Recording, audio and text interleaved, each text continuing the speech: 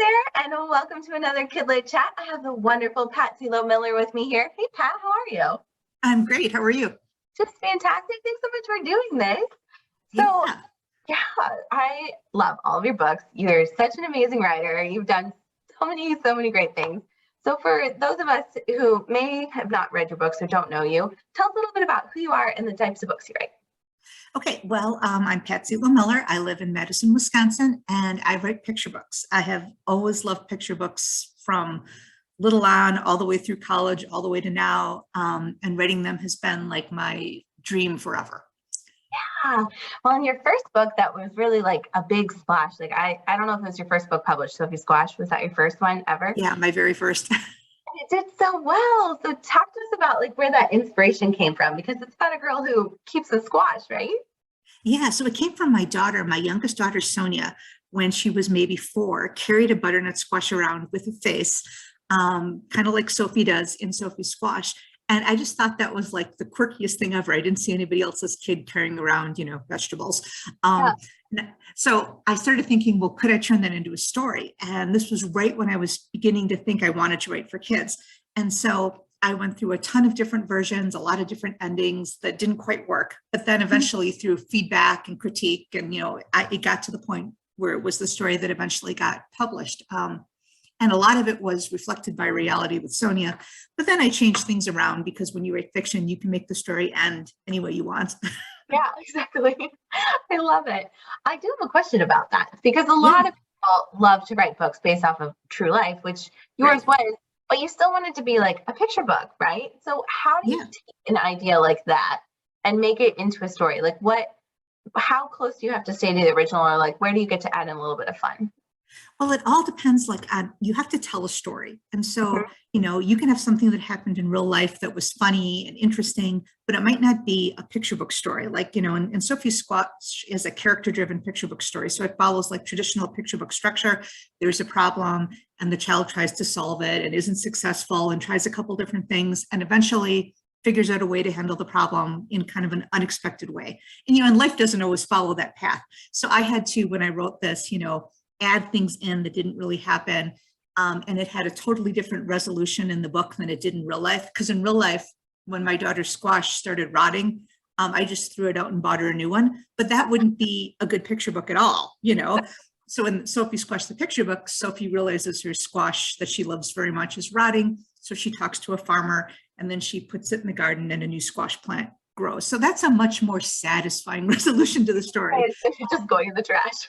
Yeah, that would be kind of painful in a picture book to throw it away. So you've got to take the good parts of your story, but then feel free to change things so that it's more satisfying when you read it out loud. Yeah, that's totally. Sonia still tells me that the parents in the picture book Sophie's Squash were nicer than her dad and I were in real life, and that's true. That's true. Well, that's why they're fictional. Exactly. I love it. Well, so we both love picture books. It's always like the fun thing. So what would you say would be like your favorite character to hang out with if you got to hang out with someone in real life? A picture book character? Yeah. Or a fictional character that could be someone else too, if you can't pick one. No one has ever asked me that question before.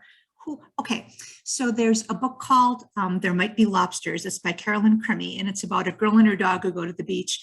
And the girl's all gung-ho, and the dog is really scared because, there might be lobsters at the beach. But then because he loves the girl so much, he ends up overcoming his fear. And it's this delightful story. I'd like to hang out with that girl and that dog. Yes. Oh my gosh, I love that story. It's just so pure, the love between a dog and a girl. And it's awesome. Yeah. And it's so true. There might be lobsters or sharks.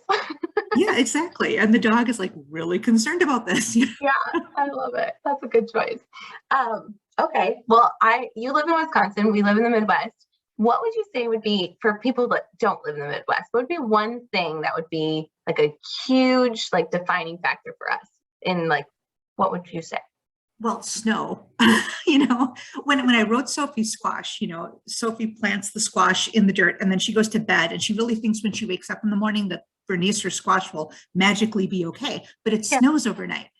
And then of course, Bernice is under the snow all winter. And I've had people say to me, snow stays on the ground all winter because they live in like Arizona, or, you know, or Right? kids don't realize that there are parts of the US where, you know, for a good chunk of the year, you know, you're covered in snow. And since I've lived here all my life, I hadn't thought about that when I wrote the story, because I had such a Midwest mindset that, well, that's what happens in the winter. Yeah, and sometimes that happens in April. Yes, exactly. Yeah, we just got snow recently. It's no fun. Oh, I know. Yeah, that's so smart. I like that. Awesome. Well, last question. Anything that would be surprising for someone to learn about you that they may not know? Well, I have a twin sister. Ooh, You know, I and when think you're so. an adult and you're on your own, you know, you're not together, so people don't know. Yeah. And we always joke that we got different halves of the brain, because I'm a writer and she has a PhD in math. And so it's great because she'll ask me writing questions, I'll ask her math questions. And if you looked at us, we're not identical, but we sound exactly the same. I mean, if my video weren't on, it could be her talking right now. Yeah, that's awesome. She And can be your doppel. yes, and she's my best friend. So I love it. That's so cool. Well, thank you so much for hanging out with us and sharing all of your awesomeness. We can't wait. Pat's going to be performing for us too. And then go check out all of her books and all of her great, wonderful stories and collections and all that. What's the website that they should go to? What's the best one? www.patzietlow.miller.com. Perfect. And we will have that linked below for you guys too. Thanks so much, Pat. This was so fun. Yep. See you later.